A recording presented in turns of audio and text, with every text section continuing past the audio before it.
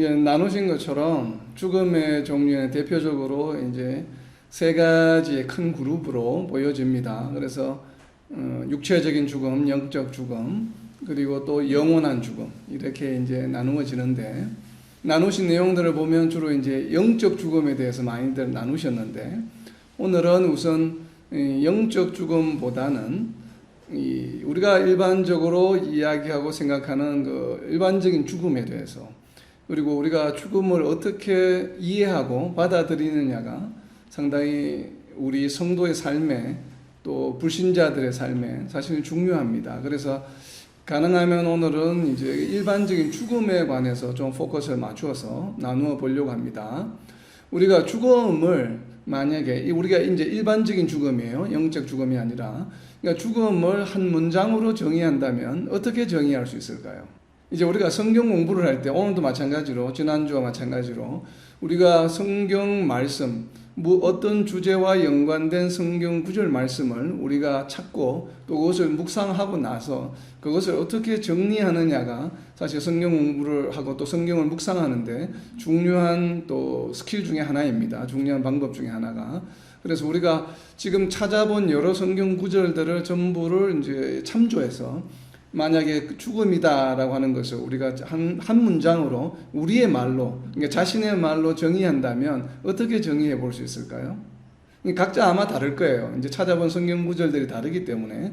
그렇기 때문에 각자가 생각하는, 나는 죽음이란 이러이러한 것이다 라고 이제 자기의 말로, 그러니까 자기의 언어로, 자기의 생각으로 다시 이렇게 정리를 해보는 것이 상당히 필요합니다. 말씀을 묵상할 때. 그래서 만약에 우리가 찾아본 성경 구절들을 기반으로 죽음을 정의한다면 어떻게 정의해 볼 수 있을까요? 이제 이런 것을 이제 질문으로 가지는 거예요. 본인들이 우리가 성경 묵상을 할 때, 제가 이제 방금 말씀드린 것처럼 성경 말씀에서 가지고 와야 합니다. 그러니까 그렇게 성경 구절을 찾아보는 거예요. 찾아본 다음에는 그런 찾아본 성경 구절들을 묵상하면서 그럼 이 말씀을 근거로 해서 나는 죽음을 어떻게 정의할까? 아니면 이것은 이 말씀은 죽음의 정의를 우리가 유추해 볼 수 있겠다. 이 말씀으로부터는. 아니면 이 말씀으로부터는 죽음의 특성에 대해서 내가 좀 알 수 있겠다. 아니면 이 말씀으로는 죽음의 기원, 죽음의 원천 소스가 무엇인가를 알 수 있겠다. 이런 것을 정리하는 것이에요. 이렇게 정리하는 것을 우리가 무엇이라고 부르냐면 신학이라고 부르는 거예요. 신학이 뭐 상당히 고상하고 이렇게 학자들만 하는 것이 아니고 우리 성도들도 얼마든지 신학을 할 수 있는 것이에요. 그러니까 묵상한 성경 말씀 구절을 가지고 이것을 내가 어떻게 정리해 나가느냐. 그래서 이것이 하나 둘씩 쌓이게 되면 이게 나중에 보면 내가 가지고 있는 어떤 그 닥트린, 그러니까 내가 믿고자 하는, 내가 믿는 내용들이 되겠죠. 그래서 그런 것들이 쌓이다 보면 성경 구절들을 자꾸 이제 더 많은 성경 구절들을 알게 되면서 그것이 점점 더 이렇게 좀 세련되게, 정확하게, 또 다양한 관점에서 비교하면서 정리가 되는 과정이 바로 신학입니다. 이제 우선 예를 들면 죽음을 정의할 때 우리가 인용할 수 있는 성경 구절 중에 하나가 아까 나누어 보신 바로 야고보서 2장 26절 말씀입니다. 야고보서 2장 26절 말씀을 통해서 죽음의 정의를 우리가 유추해 볼 수가 있어요. 한 가지를. 그래서 야고보서 2장 26절을 보면 영혼 없는 몸이 죽은 것 같이 행함이 없는 믿음은 죽은 것이니라. 물론 이건 행함과 믿음에 관한 이야기인데, 그러나 행함과 믿음에 관련한 야고보서의 구절이지만, 그러나 이 구절 전반부에서 우리는 죽음이 무엇인지를 캐치해 볼 수가 있습니다. 여기서 무엇이라고 이야기하고 있냐면 영혼 없는 몸을 죽음이라고 이야기하고 있습니다. 그러니까 영혼이 없는 것을 죽음이다라고 지금 야고보는 이야기하고 있거든요. 그렇다면 죽음이라고 하는 것, 일반적인 죽음이라고 하는 것은 영혼이 없어지는구나. 그러니까 결국은 우리 몸에서 영혼이 없어지는 것. 결국은 다르게 표현하면 우리 몸에서 영혼이 분리되어 나가는 과정이 바로 죽음의 과정이구나라고 하는 것을 우리가 유추해 볼 수가 있겠죠. 바로 이와 같이 이제 죽음의 정의를 야고보서 2장 26절로 우리가 정의하게 되면 우리가 좀 나이스하게, 좀 그럴듯하게 다시 쓰면은, 그러니까 이제 이런 걸 이제 자기의 말로 쓰는 거예요. 그러니까 다시 우리 말로 그럴듯하게 다시 쓰면 이렇게 해서 적어 볼 수 있겠죠. 영이 육으로부터 하나님께로 돌아가는 것이다. 이렇게 하면 아주 나이스해 보이죠.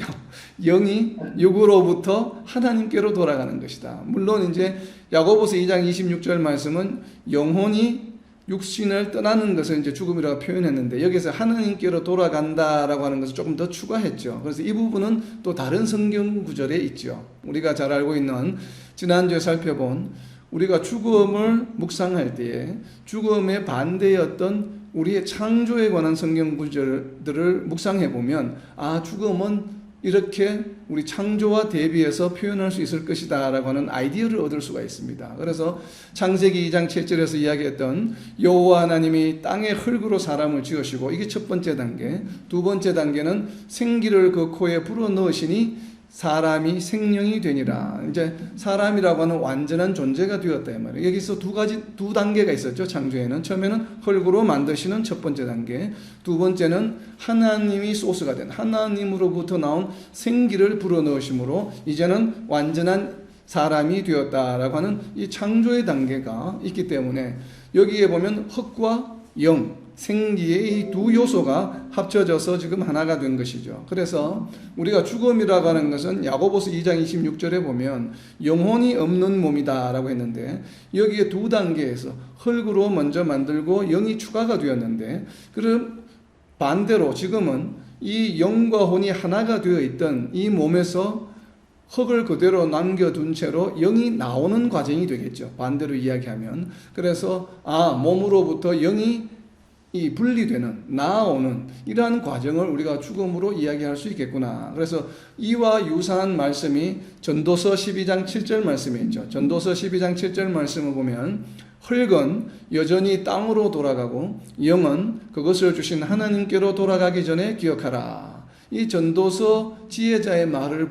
들으면 창세기에서 이야기했던 창조의 순서를 그대로 역순으로 하고 있죠. 그래서 흙은 여전히 땅으로 돌아가고 영은 그것을 주신 하나님께로 돌아가기 전에, 그러니까 결국 이것이 바로 죽음을 표시하는 것이겠죠. 그래서 이 야고보서 2장 26절 말씀과 전도서 12장 7절 말씀을 두 말씀을 이렇게 인테그레이션 하면, 합치면 방금 저희가 나눈 것처럼 죽음이라고 하는 정의를 우리가 어떻게 할 수 있냐면 창조의 역순으로 영이 육으로부터 하나님께로 돌아가는 것이다. 이렇게 정의해 볼 수 있겠죠. 그렇다면 우리가 방금 만들어낸 이 한 문장 죽음에 대한 정의는 우리가 어떤 의학적이거나 아니면 상식이거나 아니면 우리의 지식이나 우리의 철학으로부터 나온 정의가 아니죠.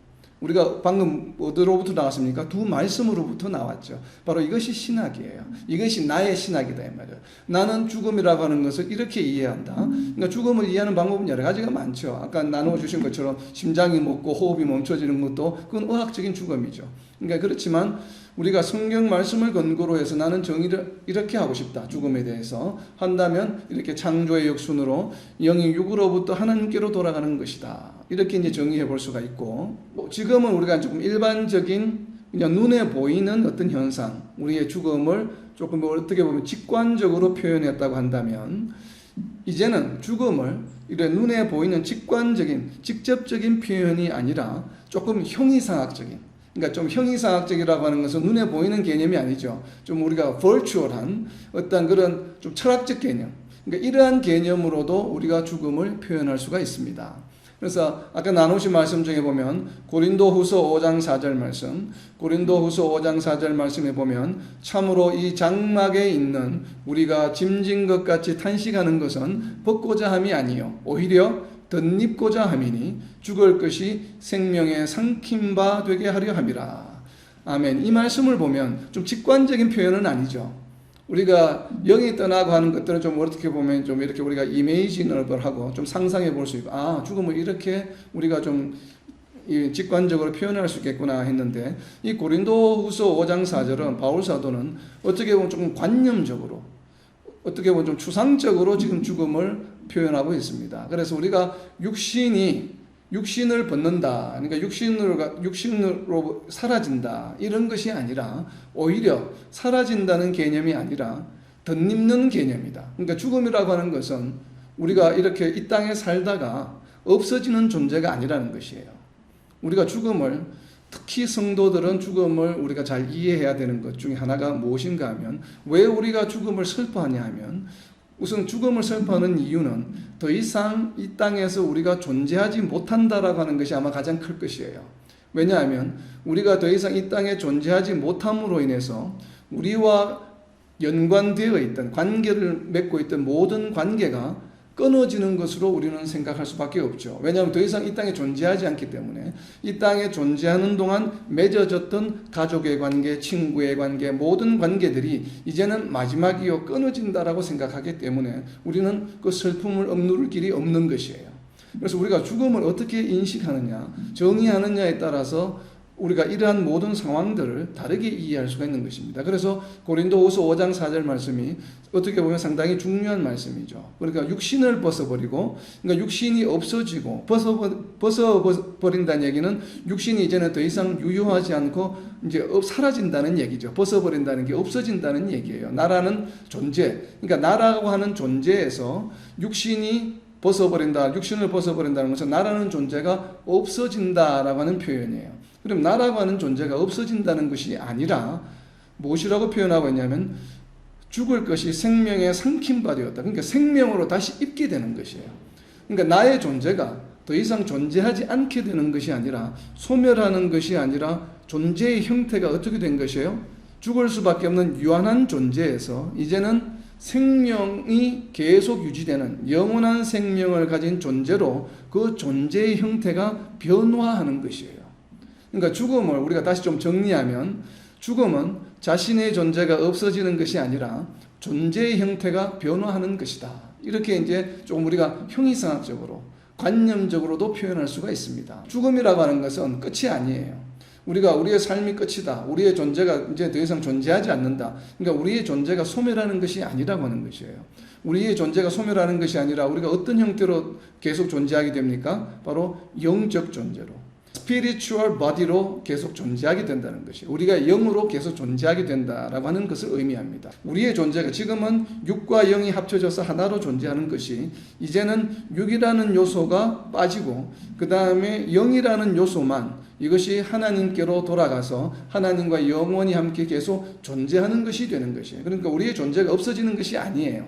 이 오해의 시각부터 바뀌어야 됩니다. 우리의 존재가 없어지는 것이 아니라 존재의 형태가 바뀌는 것이에요. 그것을 잘 표현한 것이 고린도후서 5장 4절의 말씀이죠.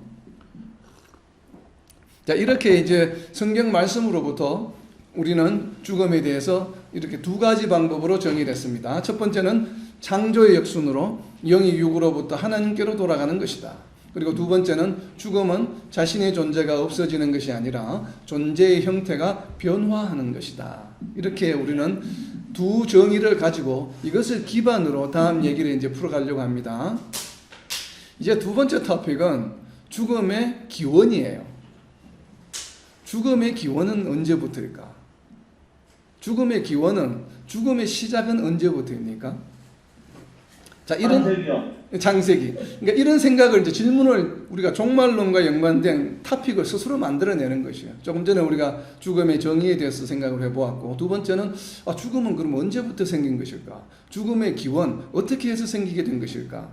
우리가 성도라면 누구나 너무나 잘 알고 있죠. 이것은 나눈 것처럼 로마서 6장 23절 말씀이 있습니다. 로마서 6장 23절 말씀에 보면, 죄의 삭은 사망이요 하나님의 은사는 그리스도 예수 우리 주 안에 있는 영생이니라. 사망이 오게 된 그 원인은 무엇인가 하면 죄 때문에 오게 된 것이에요. 죄의 삭은 사망이요.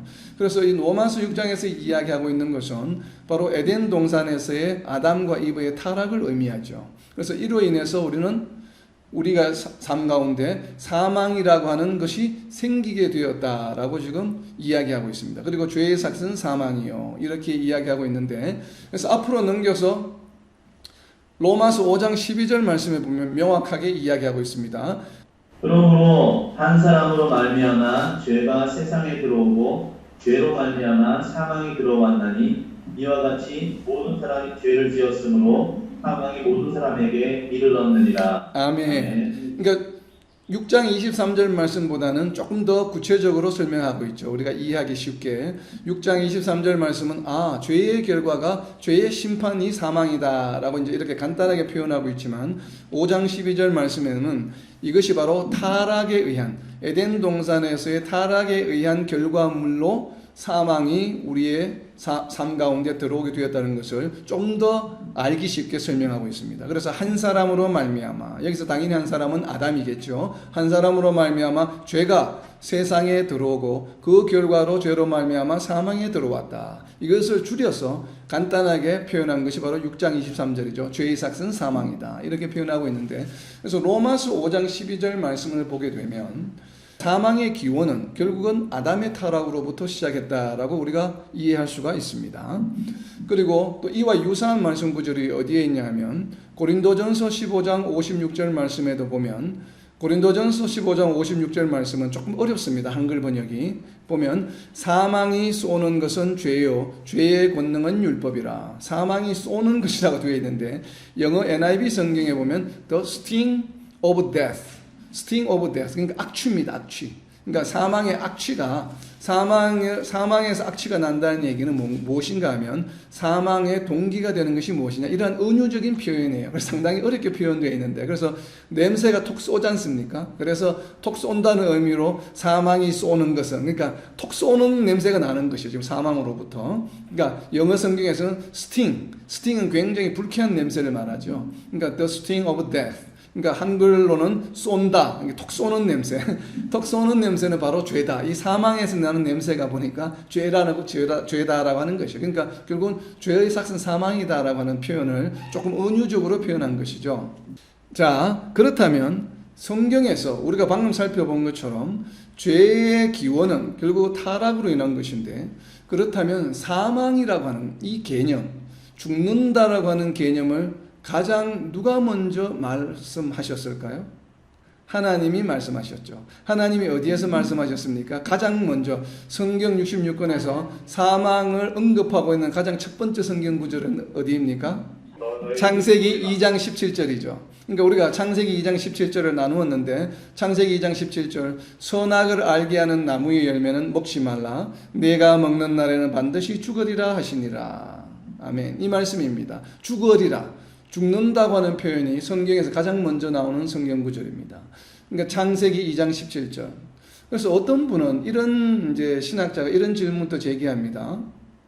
이 성경 구절이 죽음이 처음 나타났죠. 성경 구절에 2장 17절 말씀에. 이거는 누가 누구에게 하신 말씀입니까? 하나님이 아담과 이브에게 하신 말씀이에요. 너희가 선악과를 먹으면 너희가 반드시 죽으리라. 그렇다면 아담과 이브는 하나님으로부터 이 말씀을 들을 때에 죽음이 무엇인지 알고 있었을까요? 모르고 있었을까요? 몰랐을 것 같아요. 그렇다. 만약 몰랐다고 가정한다면 하나님 하신 말씀이 공허한 말이죠. 못 알아듣기 때문에. 의미가 없잖아요. 의미가 없게 되잖아요. 죽음이 무엇인지 모르는데 선악과를 먹으면 너희가 정령 죽으리라. 그럼 죽음이 뭐예요? 이렇게 되는 거 아니에요? 이렇게 되어버리잖아요. 그렇다면 하나님께서 비록 성경에 창세기 2장 17절에서 죽으리라는 말이 처음 등장했지만 이미 아담과 이브는 죽음이 무엇인지를 알고 있었다라고 이해하는 것이, 해석하는 것이 타당합니다. 왜냐하면 성경이 모든 것을 다 기록하지는 않죠. 우리의 필요한 것들만 기록했다고 우리는 보기 때문에 우리는 이 상황을 보면, 그래서 이제 우리가 컨텍스트를 이해한다는 것이 중요한 것입니다. 이것이 바로 컨텍스트죠. 비록 성경에 직접적으로 기록은 되어 있지 않지만 아담과 이브는 이미 죽음이 무엇인지는 알고 있었다 라고 하는 것은 틀림없을 것 같아요. 그렇기 때문에 하나님께서 너희가 선악과를 먹으면 정령 죽으리라 하신 말씀이 유효해질 수 있죠. 그러니까 유효하다는 표현은 좀 그렇지만 효과적일 수가 있죠. 알아들어야 하니까. 일단 아담과 이브가 알아들어야 하기 때문에, 알아들었다는 얘기는 죽음이 무엇이라는 것을 알고 있었다는 것이에요. 그렇다면 이게 이제 문제가 시작이 됩니다. 이제 이 사망이 너희가 선악과를 먹으면 정령 죽으리라고 했을 때에 이 죽는다고 하는 표현이 우리가 흔히 생각하고 있는 육체적인 죽음을 의미할까요? 아니면 하나님과의 관계가 끊어지는 영적 죽음을 의미할까요? 영적인 죽음인 것 같습니다. 이러한 질문이 생기죠. 그러다 보면 이게 영적 죽음일까? 정말 죽음일까? 이런 생각이 생기게 됩니다. 뭐 두 가지의 가능성은 다 있을 수 있습니다. 그렇다면 이게 영적 죽음이다라고 생각하는 그 배경에는, 왜냐하면 이렇게 타락하고 나서 아담과 이브가 실제로 죽지 않았어요. 에덴 동산에서 쫓겨나기는 했지만 계속 삶을 살아가고 또 자식들을 이렇게 출생했다 이 말이에요. 그래서 이런 것으로 보았을 때 영적 죽음을 하나님과의 관계가 끊어진 것으로 이해해 볼 수도 충분히 그 여지가 있습니다. 제가 보기에는. 그렇지만 또 그것이 아니라 원래는 죽어야 되는데, 또 성경 구절에 보면 하나님께서 아담과 이브를 위해서 무엇을 하십니까? 가죽옷을 입혀주시죠. 그래서 동물을 죽여서 그 죄를 대속하셨다. 그렇기 때문에 원래는 죽어야 하지만 용서를 받음으로, 대속함을 받음으로 계속해서 살 수 있게 되었다라고 이렇게 해석하게 되면, 창세기에 있는 이 죽으리라고 하는 말씀은 육체적인 죽음을 의미한다라고 또 이해할 수가 있게 되는 것이죠.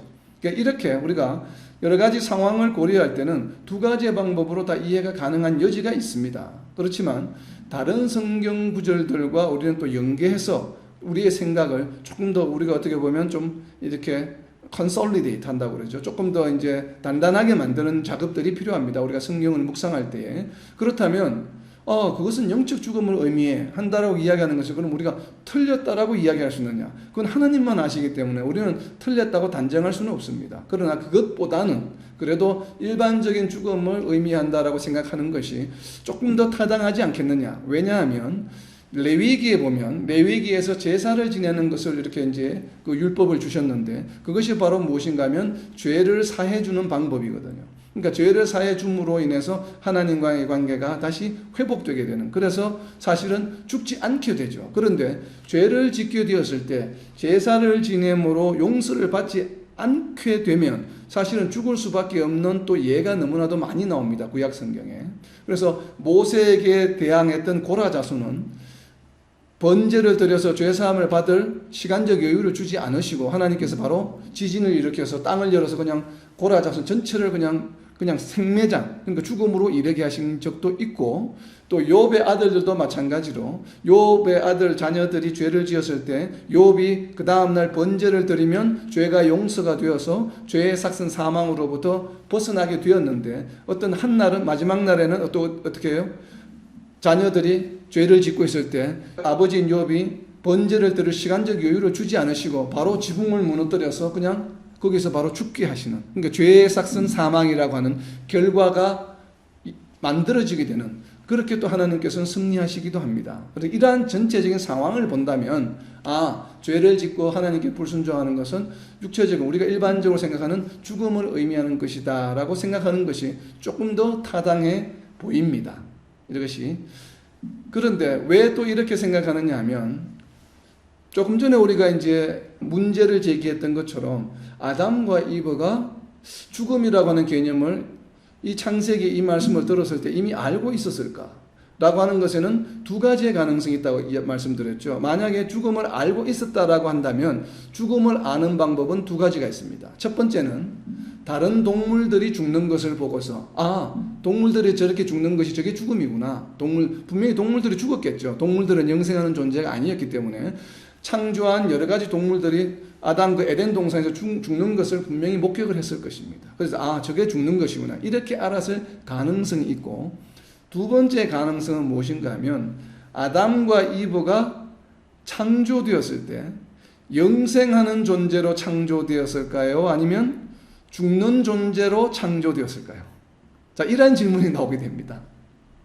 원래 아담과 이브가 창조되었을 때 영생하는 존재가 아니라 1000년을 살든 2000년을 살든 어쨌든 죽을 수밖에 없는 유한적인 존재로 처음부터 창조되었다 라고 생각해 볼 수도 있습니다. 여러분은 어떻게 생각하세요? 결론은 우리는 죽지 않는 존재인데 죽음을 어떻게 알 수 있었을까? 그 말씀을 들었을 때, 그렇다면 원래부터 아담은 창조 때부터 영생하는 존재가 아닌 그냥 유한적인 생명을 가지고 있는 사람으로 창조가 되었다라고 하는 것이에요.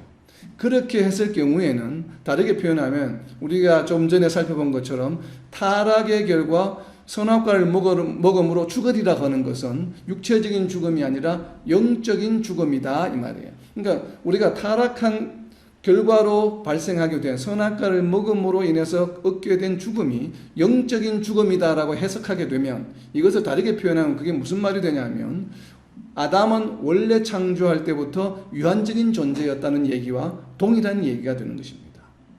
원래부터 죽을 수밖에 없는 존재인데 선악과를 먹으면 죽는다라고 하는 것은 의미가 없잖아요. 그렇기 때문에 이 선악과를 먹으면 죽으리라고 하는 것을 우리는 영적인 죽음이라고 만약 해석하게 된다면 이런 오류에 빠질 수가 있게 됩니다. 그러니까 아담과 이브가 처음 창조할 때부터 죽는 유한적인 존재였다.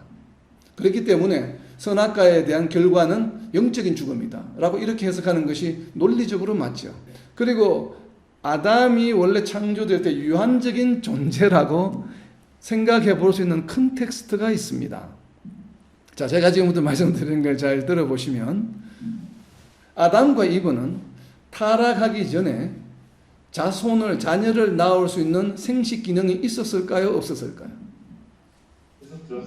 당연히 있었겠죠. 왜냐하면 타락의 결과로 이브에게 출산의 고통이 더해지게 되었습니다. 출산의 고통이 더해졌다는 표현을 한국말로 번역을 해놓다 보니까 그런데 없던 고통이 새로 생긴 것이 아니에요. 영어 성경에 보면 increased pain이에요. 그러니까 원래도 고통이 있었는데 이 고통이 더 심하게 증가된 것이에요. 그렇다는 얘기는 타락하기 전부터 자녀가 출생할 수 있는 생식 기능이 아담과 이브에게 있었다는 얘기죠. 자, 예를 듭니다. 가정을 하면 만약에 아담과 이브가 죄를 짓지 않아서 선악과를 먹지 않고 계속 살았다면 어떻게 될까요?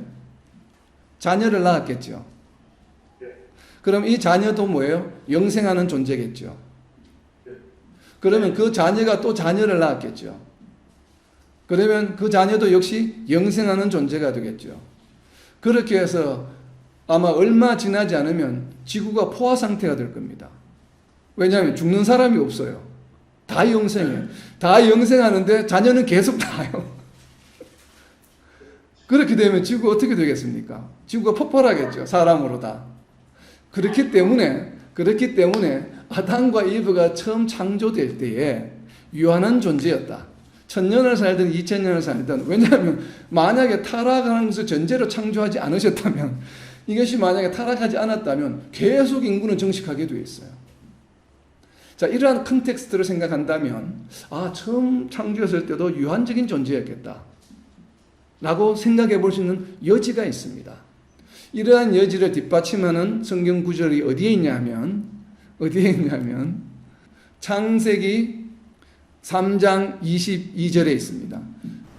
여호와 하나님이 이르시되 보라 이 사람이 선악을 아는 일에 어디 중 하나같이 되었으니 그가 그의 손을 들어 생명나무 열매도 따먹고 영생할까 하노라 하시고. 아멘. 에덴 동산에 무슨 나무 열매가 있었습니까? 선악과 이외에 생명나무가 있었어요. 그런데 하나님 지금 어떻게 말씀하고 있냐면 그의 손을 들어, 그는 아담과 이브겠죠.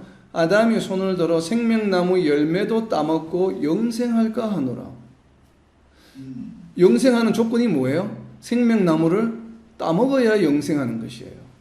그럼 지금은 아담이 생명나무를 따먹은 상태입니까? 아직 따먹지 않은 상태입니까? 아닙니다.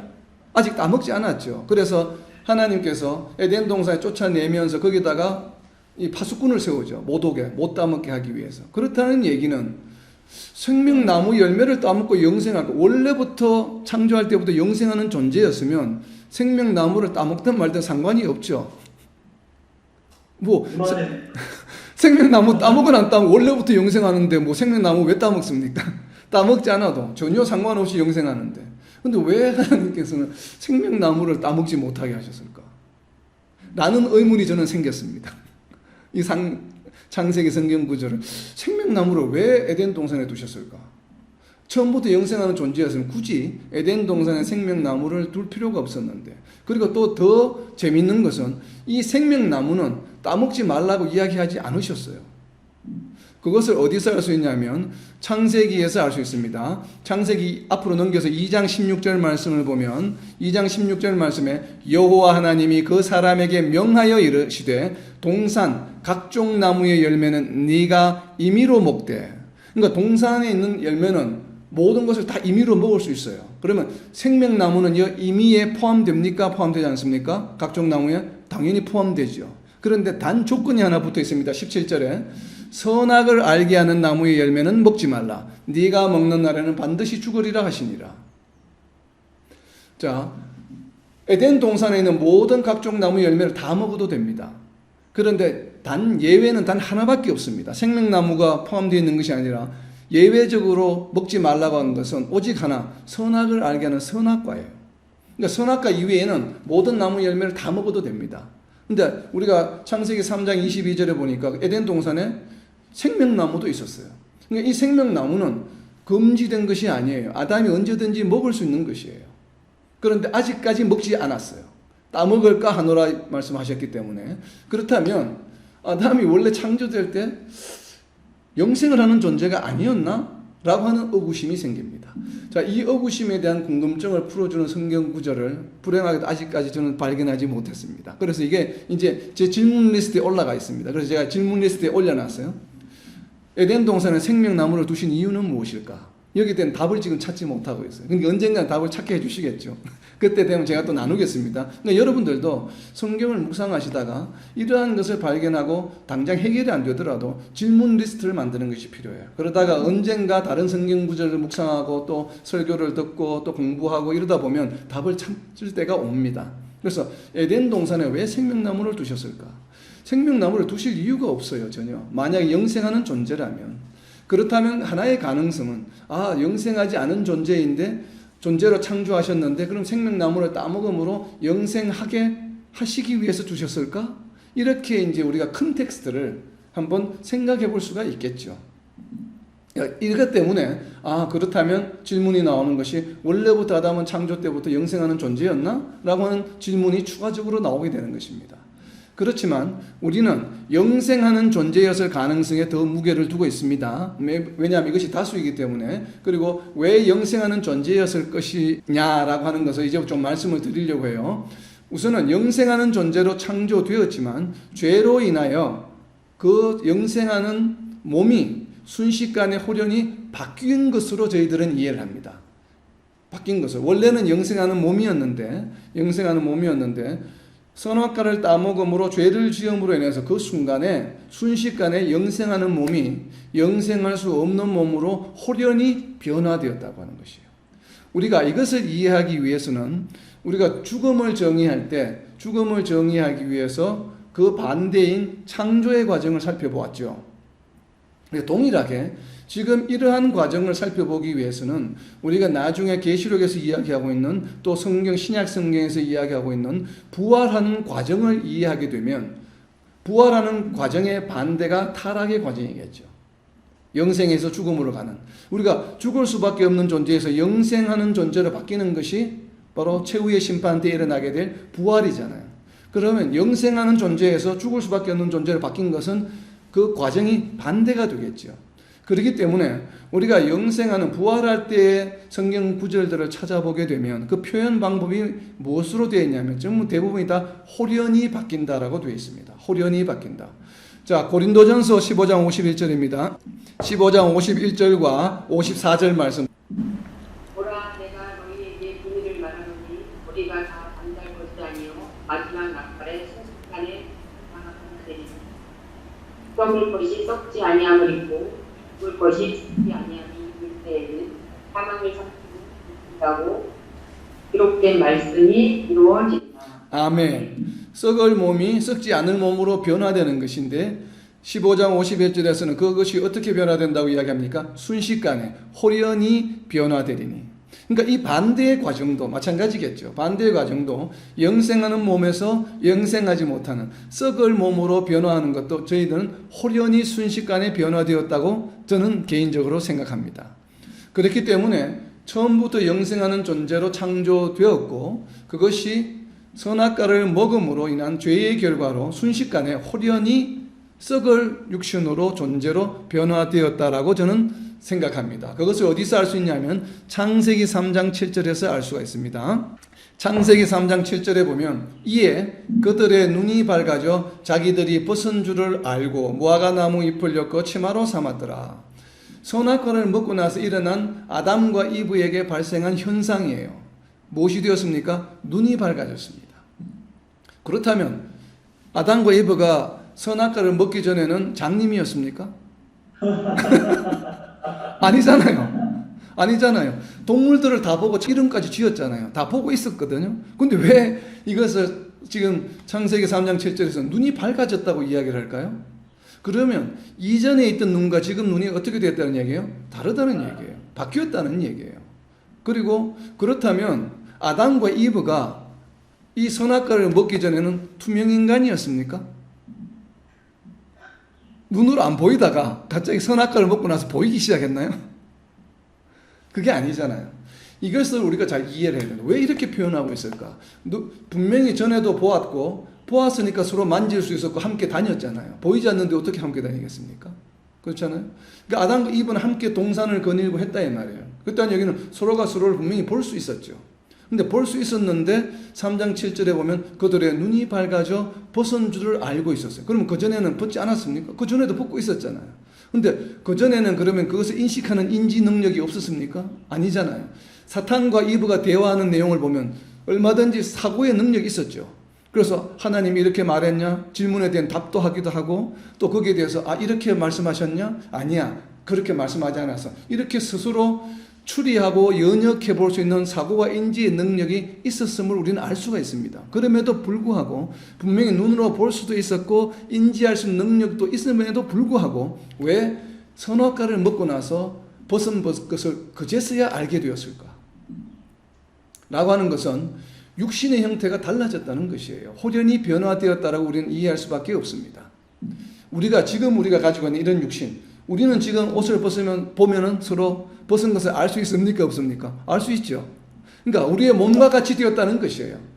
유한적인 몸으로 선악과를 먹음으로 일순간에 몸이 홀연히 변화되었다고 하는 것을 우리는 유추해 볼 수 있습니다. 얼마든지 반대의 과정으로, 부활과 반대의 과정으로 저는 그렇게 해석합니다. 그래서 이 부분을 왜 굳이 이렇게 표현했을까? 눈이 밝아져서 자기들이 벗은 줄을 알고 무화과나무 잎을 엮어 치마를 삼았더라 하는 얘기는 육신이 이전의 몸과는 분명히 다르게 바뀌었다고 하는 것, 홀연히 바뀌었다는 것. 그래서 영생할 수 있는 몸에서 영생할 수 없는 몸으로 순식간에 바뀐 것으로 저는 이해를 합니다. 그렇기 때문에 아담과 이브는 처음 창조되었을 때는 영생하는 존재로 창조되었다고 저는 개인적으로 생각을 합니다. 물론 에덴 동산에 생명나무를 두신 그 질문에 대한 답은 여전히 찾지 못했지만 그러나 그것은 미제로 둔다 하더라도 여전히 영생하는 존재로 창조되었다. 그렇다면 이 육신이 이렇게 홀연히 변화되었다는 것을 알 수 있는 또 창세기 성경 구절이 어디에 있냐면 뒤로 넘기셔서 창세기 3장 19절입니다. 내가 흙으로 돌아갈 때까지 얼굴에 땀을 흘려야 먹을 것을 먹으리니 네가 그것에서 취함을 입었습니다. 너는 흙이니 흙으로 돌아갈 것이니라 하시니라. 아멘. 자, 이것은 아담과 이브에게 내려진 죄의 벌입니다. 징벌입니다. 이 말씀 구절에서 좀 이상한 표현이 있지 않아요? 아담을 처음에 창조하시고 하나님이 어떻게 하셨습니까? 창조하신 이후에 보기에 너무나 좋다. 그리고 우리가 창조한 창세기 2장의 말씀에 보면 흙으로 창조하신 다음에 생기를 불어넣으니 무엇이 되었습니까? 리빙 빙, 생명이 되었어요. 그래서 아담을 생명, 살아있는 존재, 호흡하는 존재라고 이렇게 우리가 불림을 받았는데 지금 여기서는 아담을 무엇이라고 부릅니까? 하나님이? 무엇이라고 불러요?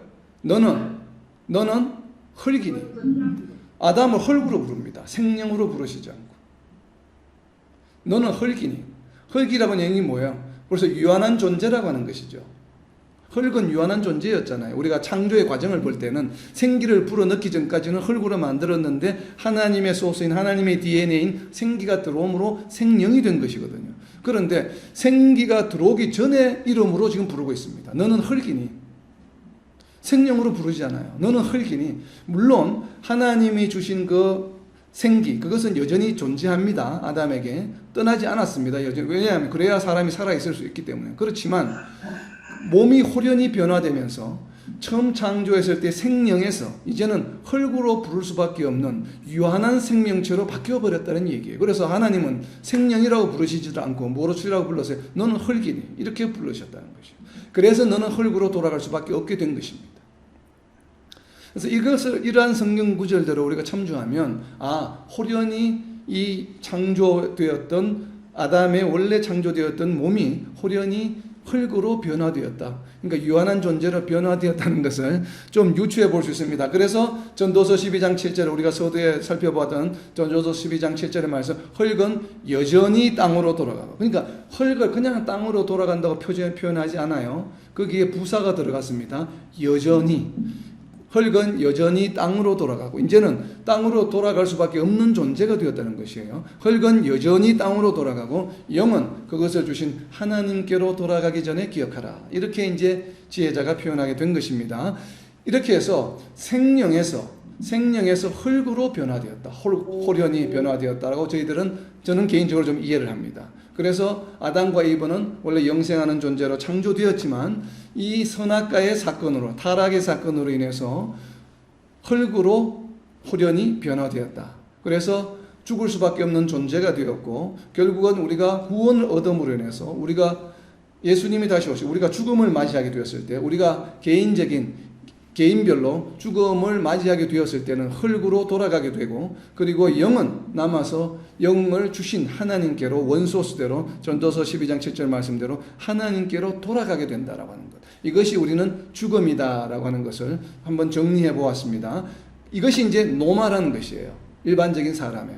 그리고 우리가 육신이 이렇게 홀연히 변화되는 것을 정말 홀연히 변화될 수 있을까라고 또 의구심을 가질 수 있잖아요. 그래서 하나님께서는 친절하게 홀연히 변화되는 케이스를 하나도 아니고 2번이나 구약 가운데서 우리에게 보여주셨습니다.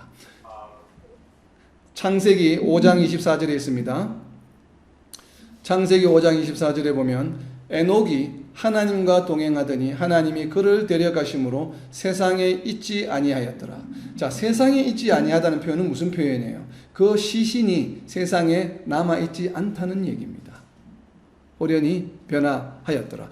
그렇다면 이 에녹의 예는 무엇을 보여주냐 하면 우리가 어떻게 하면 영원히 썩지 않고 영원한 몸을 가진 존재가 될 수 있느냐의 예를 보여주는 것이에요. 좀 전에 고린도후서 5장에서 살펴본 것처럼 부활하면 썩을 몸이 썩지 않을 생명으로 덧입는다고 이야기했지 않습니까? 이것이 어떻게 일어나는지를 보여주는 예가 바로 에녹이에요. 에녹이 하나님과 동행하더니 하나님이 그를 데려가심으로 세상에 있지 아니하였더라. 그런데 이렇게 된 이유가 있습니다. 그 많은 사람들 중에 왜 하필 에녹은 이렇게 몸이 홀연히 변해서 그냥 바로 죽음을 보지 않고 하나님께로 가게 되었을까? 나는 거기에 대한 답이 어디에 있냐면 히브리서 11장 5절에 있습니다. 히브리서 11장 5절 말씀에 보면 에녹이 죽지 않고 그대로 몸이 홀연히 변해서 성천하였다는 것을 알 수 있는 구절입니다. 히브리서 11장 5절에 보면 믿음으로 에녹은 죽음을 보지 않고 옮겨졌으니 죽음을 보지 않았어요. 죽음을 보지 않았다는 얘기, 죽지 않았다는 얘기죠. 죽음을 보지 않고 옮겨졌으니 하나님이 그를 옮기심으로 다시 보이지 아니하였느니라. 시신이 없었어요. 다시 보이지 않았어요. 이 죽음을 보지 않고 옮겨졌는데 여기 중요한 것은 후반부입니다. 그는 옮겨지기 전에 하나님을 기쁘시게 하는 자라 하는 증거를 받았느니라. 이렇게 우리가 육신의 죽음을 겪지 않고 바로 몸이 홀연히 변화되어서 하나님께로 가는 전제 조건이 무엇입니까? 하나님을 기쁘시게 하는 자들이에요. 우리가 지난번에 알아보았죠. 성도는 어떤 존재입니까? 하나님을 기쁘시게 하는 존재예요. 그렇기 때문에 성도에게는 부활이 있는 것입니다.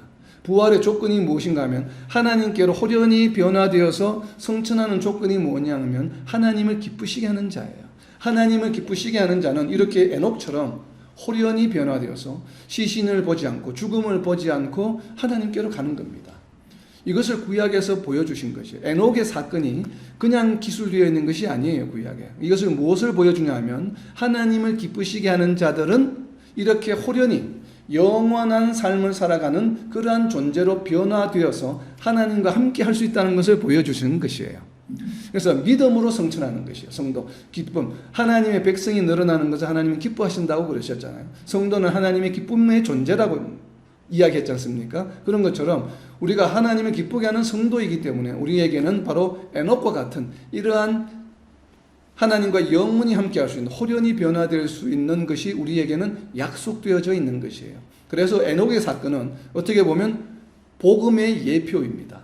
그래서 에녹의 사건에다가 창세기 5장 24절 옆에 좀 적어 놓으세요. 복음의 예표다. 복음이라고 하는 것이 뭐예요? 믿음으로 영생에 이를 수 있다고 하는 것이 굿뉴스지 않습니까? 복음이잖아요. 예수 그리스도를 믿음으로 우리는 영생을 얻을 수 있다고 하는 것이에요. 이것이 예가 무엇인가 하면 에녹이에요. 하나님을 기쁘시게 하는 자는 바로 이와 같이 홀연히 변화되어서 하나님과 함께 할 수 있다고 하는 것이에요. 자, 두 번째 예입니다. 우리가 홀연히 변화되는 두 번째 예는 열왕기하 2장 11절에 있습니다.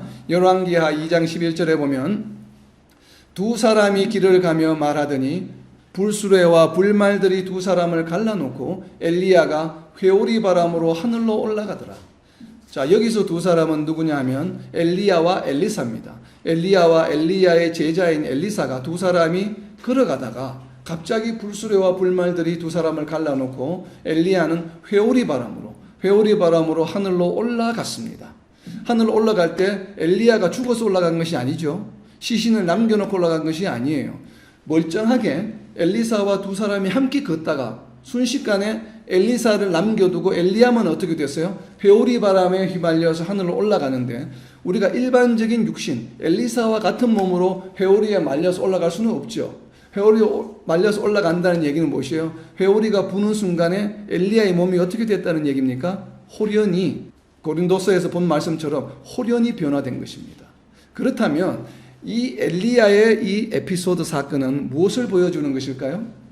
바로 휴거를 보여주는 것입니다. 휴거가 어떤 것이에요?